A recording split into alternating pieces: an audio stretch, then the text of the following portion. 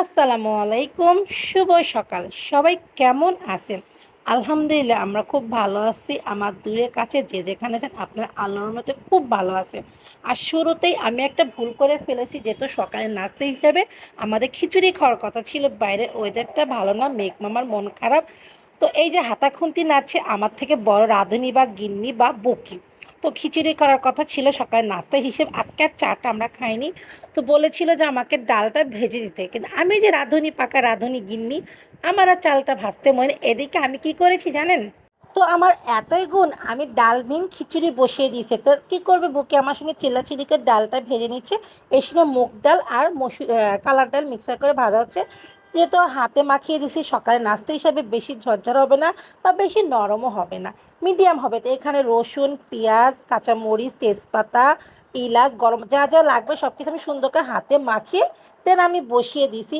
তো বুকে বলছে হয়েছে, রান্না বাড়া করে তুমি খাবে। তো বুকে চিল্লাচিল্লি করেছে আর ডালটা ভেজে ভেজে দিচ্ছে।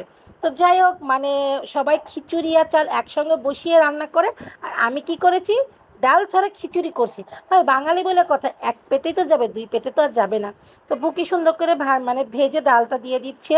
আর এদিকে আমি সব কিছু নষ্ট করে ফেলেছি, ছিটাবাটা করছি, এগুলো কিছু গুছিয়ে নিলে সব কিছু তো ধরা যায়, ভিডিও অনেক সময় ধরা যায় না। তো যাই হোক, বুকি বলছি যে তুমি তোমার ভিডিওটা ধরো, আমি সুন্দর করে ভেজে নিচ্ছি। অল্প একটু দিয়েছে আর বললো যে এই সাইডটা হয় না, আমি এই সাইডটা একটু ভেজে নিচ্ছি। ও, আর আজকের ডালটা হচ্ছে কি তেল দেওয়া হয়নি, তেলবিহীন ভাজা হচ্ছে। মানে দিয়েছি সেরকম একটা, অল্প একটু দিয়েছিলাম। ওই যে আমার গুণ বেশি, লোকে কেন আমার গুণ ঢাকঢোল পিটিয়ে বলবে, আমি আমারটা পিটিয়ে বলবে। কারণ আমি কারো খাই না পড়ি যে আমার গুণ কেউ গাইবে, আমারটা আমিই গাবো। যাই হোক, এই যে গাচ্ছি সুন্দর করে সকালবেলা করে, মানে ঝামেলা পাকানোর উস্তাদ আমি। যেখানেই ঝামেলা সেখানেই আমি। লোকে তো বলে, তাই আমি তো জানি তো আমি কোনো ঝামেলা করি না। তো যেহেতু ভুল হয়ে গেছে, মানুষ মাত্রই ভুল। তো এই যে খিচুড়িটা বসিয়ে দিয়েছি, খিচুড়িটা এখনও মানে পানি আছে, আর একটু পানিটা শুকিয়ে যাবে। তো এটা বসিয়ে দিয়েছি আমি। এবার সুন্দরকে একটু নাড়াচাড়াতে দেখছি যে খিচুড়িটা আসলে কেমন হলো। তো বুকে বলছে ডালবিন খিচুড়ি খাবে, আবার দেখতে আসছে যে খিচুড়ি কেমন হয়েছে। যে মানুষ ডাল দেয় না, সে আবার রান্না করে খাবে।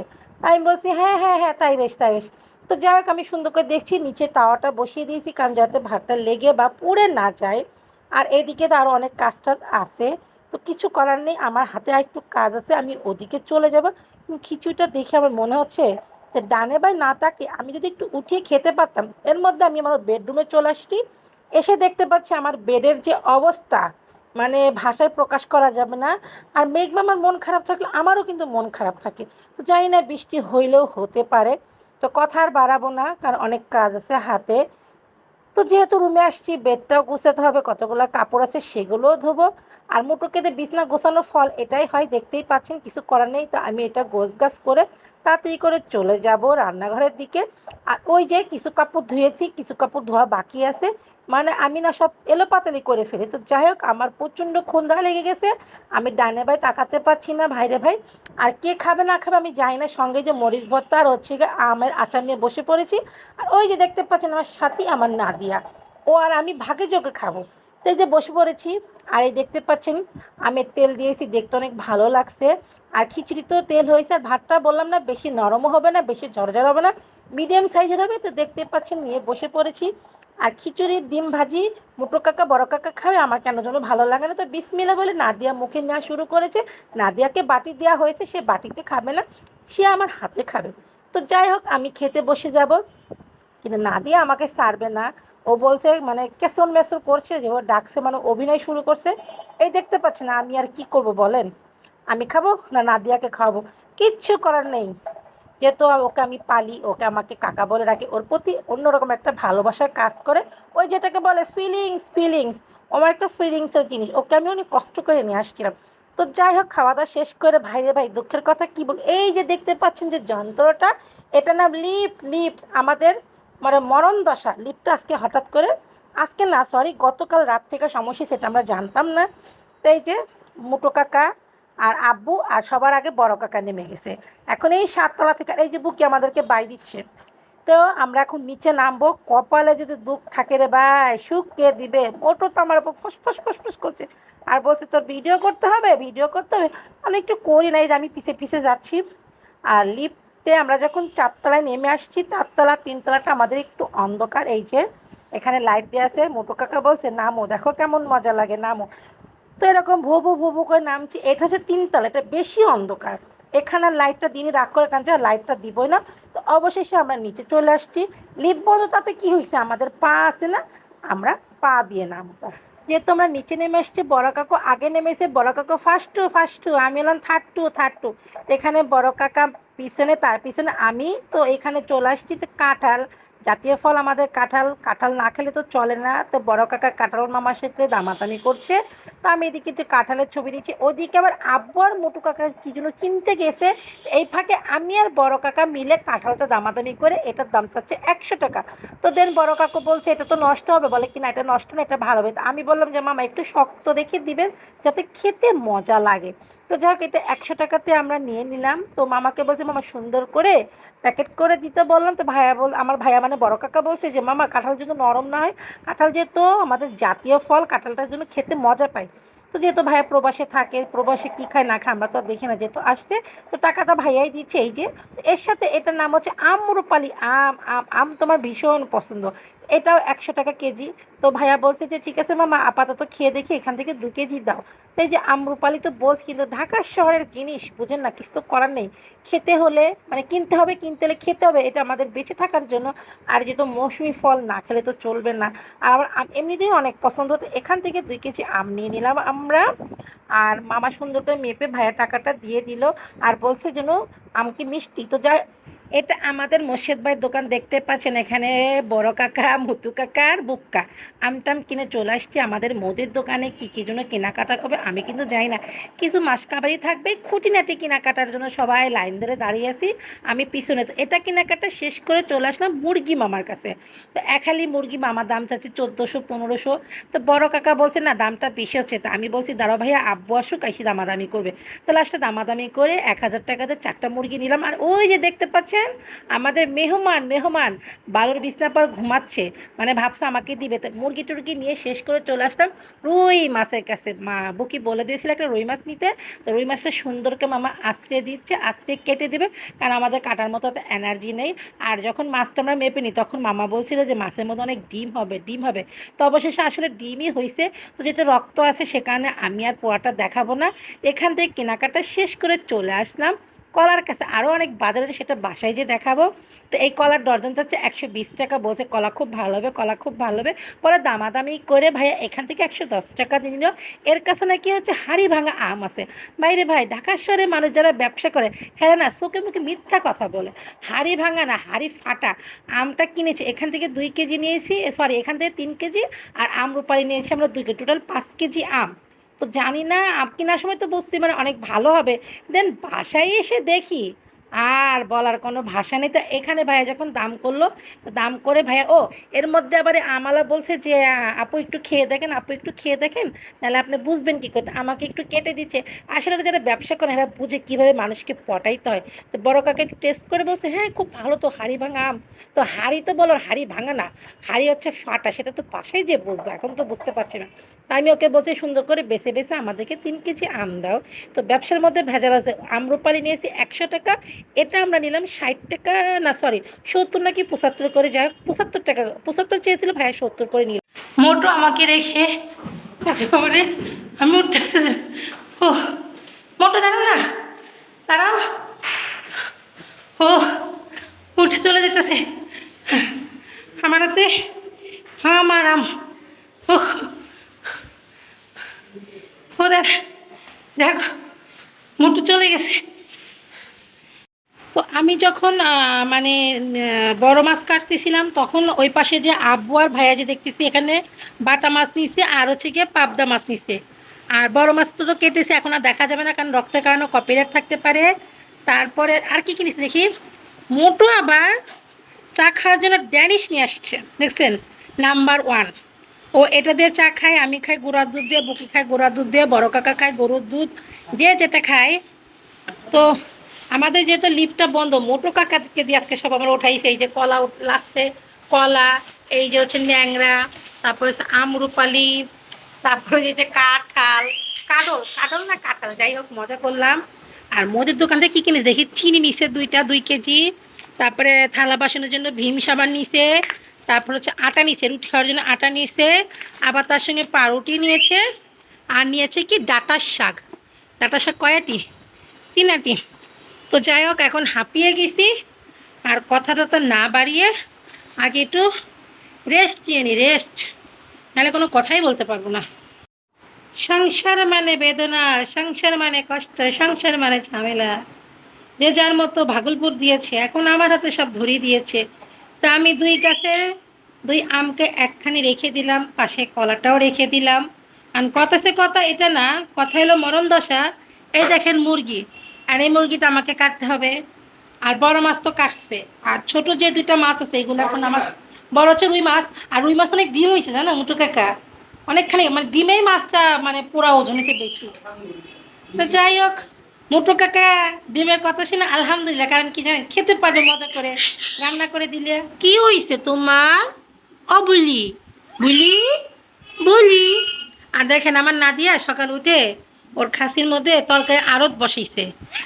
হ্যাঁ কি, এই কাকা, তো কেউ যদি আমার নাদিয়ার কাছে বাজার করতে চান অবশ্যই আমাদেরকে নক দিবেন। আমার নাদিয়া আপনাকে যে বাজারগুলো দিয়ে আসবে, যা যা চাবেন তাই তাই পাবেন নাদিয়ার খাসির মধ্যে। তো আর কথা না বাড়িয়ে আমি এখন মাছগুলো নিয়ে বসে, মুটু কাকা এটা ধরো, মুটু কাকা এটা না, এটা না, এটা ওইখানে রাখবা। তো যাই হোক, মাছ কাটবার কথা বাড়াই লাভ নাই। তো যে মাছগুলো আনা হয়েছিল সে মাছের এই যে মাছগুলো ডিম কিন্তু এতটুক দেখছেন, আর ভাজি করছে এটুক হয়ে গেছে, আর এদিকে তরকারি রান্না করে ফেলছে। তো যেটা বলতেছিলাম, দেখলেন এইটুক হয়ে গেল এইটুক, আর এখানে মানে মাছ তো 3 প্রকার নয়, 3 প্রকারের ডিম আছে, আপনার ওই পাবদা মাছেরও ডিম আসছে। আর এগুলো আর কি মাছ কেটে নিয়ে আসছে, এখন সুন্দর করে লবণ দিয়ে পানি দিয়ে পরিষ্কার করে নিচ্ছে, এখন রান্না করবে। আর তরকারি কিন্তু রান্না হয়ে গেছে এমনিতেও। তো ফাইনালি আমি মাছ টাছ কেটে উঠে, মুরগি কেটেছি 2 পদে মাছ কেটে, আমার অবস্থা 13টা বেজে গেছে। এসে দেখি সুন্দর করে মাছটা সুন্দর করে ভাজি করে তরকারি রান্না হয়ে গেছে। আর সাধারণত আমরা ঝোলের তরকারি খেতে খুব পছন্দ করি, সেই জন্য গরম মশলা, জিরা, পেঁয়াজ, রসুন, শুকনো মরিচ, তেজপাতা সব কিছু ভেজে বেটে নেওয়া হয়েছে। তো তরকারিটা ডান হয়েছে, মানে কমপ্লিট। আর এখানে ভাত বসিয়ে দিয়েছি, আরও একটা তরকারি করব, সে পর্যন্ত সব কিছু গুছিয়ে নিই, তারপর দেখি কি তরকারি করবে। ভাই রে ভাই, কি আর বলবো, দুঃখের কথা। এই দেখেন আমার আপদ বুড়িটা ছাদে যাবে, তার প্রতিদিন বিকেলে আসরের আজান দিলে সে যেন কি করে বুঝতে পারে যে বিকেল হয়েছে, তাকে ছাদে যেতে হবে। মানে আমার ভাষায় প্রকাশ নাই, এই বুড়িটা আমাকে পাগল বানাই দিল। এই যে ছাদে আসছে, আমি হাঁপিয়ে গেছি রে বাবা। ছাদে সেই পরিমাণ গরম, সেরকম একটু বাতাস নাই। ও এখন ছাদে আসবে, ছাদে আসার জন্য উফ, দেখাই দেন আমার কি অবস্থা। এই দেখেন আমার কি অবস্থা, আমার অবস্থা, আমি প্যাকেট হয়েছি আলহামদুলিল্লাহ, একটু বাতাস পেলাম। কি হয়েছে কি ঝুঁকড়িটি বুড়ি?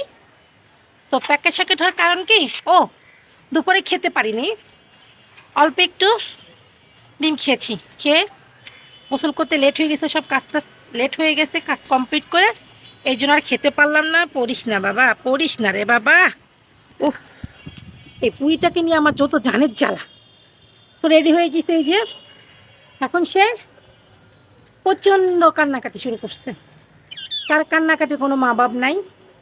ও কাকারে, ও মুটুরে, ও সুরুরে, ও বুক্কিরে, ও বুক্কারে, ও বড় কাকি, কাকা, কাকা আমি, বড় কাকা আমার বড় ভাই। তো যাই হোক, ওকে ছাদে নিয়ে আসছি। আর প্যাকেট হওয়ার কারণ হচ্ছে একটু 1 নম্বরে যাবো, খুঁটিনাটি কয়েকটা জিনিসপত্র কেনাকাটা করবো, তাই ওকে নিয়ে ছাদে চলে আসছি। এখন এই এক্ষুনি নেমে যাবো, ওকে রেখেই চলে যাব। তো কী করে না করি অবশ্যই আপনাদের সঙ্গে শেয়ার করব।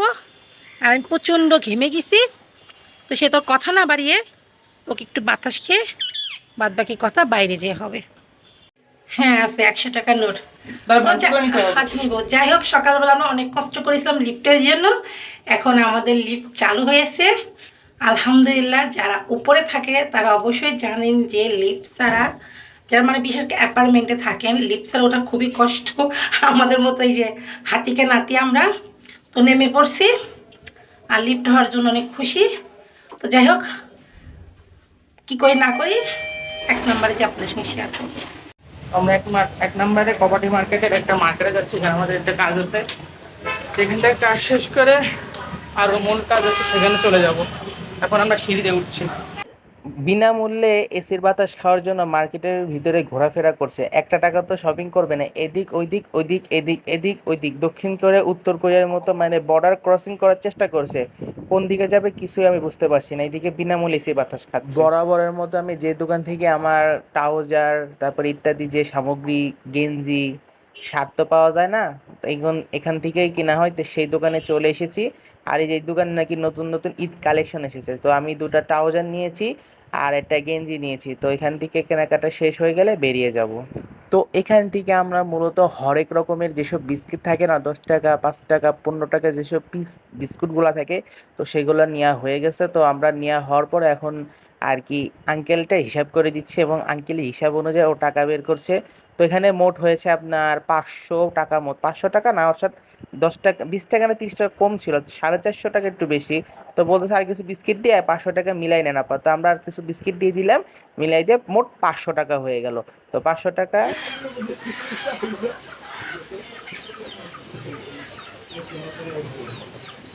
এই যে আমরা 3 জমানো টাকা এই যে সাদা সাদা রাখছি।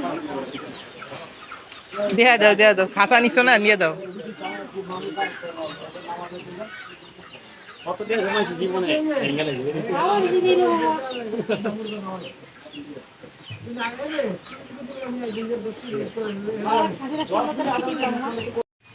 এখন জানি না কথাগুলো স্পষ্ট শোনা যাবে কিনা। তো আমি যেটা বলতে চাচ্ছিলাম সেটা বড় কথা নয়, বড় কথা হচ্ছে আমাদের পিছে যে দেখতেছেন না, বাবারে জানি না খাসি আছে কিনা, আছে আছে আছে আছে আছে আছে, যাই হোক আছে। উনি একেতে টাকার সঙ্গে আছে না, আবার খাসি, বুঝছেন?